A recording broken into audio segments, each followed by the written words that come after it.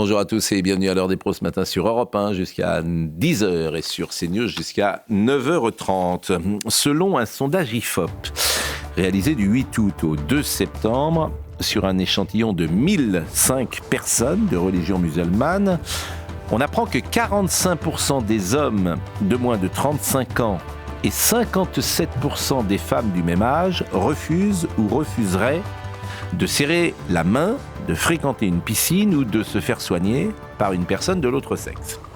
Un jeune musulman de moins de 25 ans sur deux, 47% précisément, ne souhaite pas faire la bise à un homme si c'est une femme, à une femme si c'est un homme.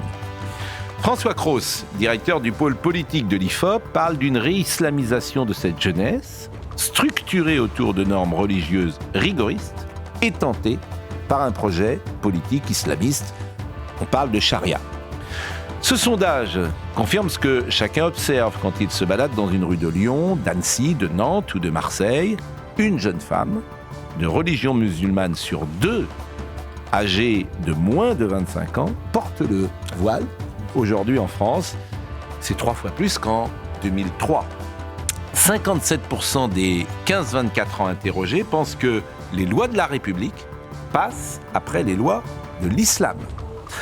Alors il ne s'agit pas de porter un jugement sur ces pratiques et sur ces convictions, mais de constater qu'elles contreviennent à une histoire, à une religion, à des mœurs de tradition française.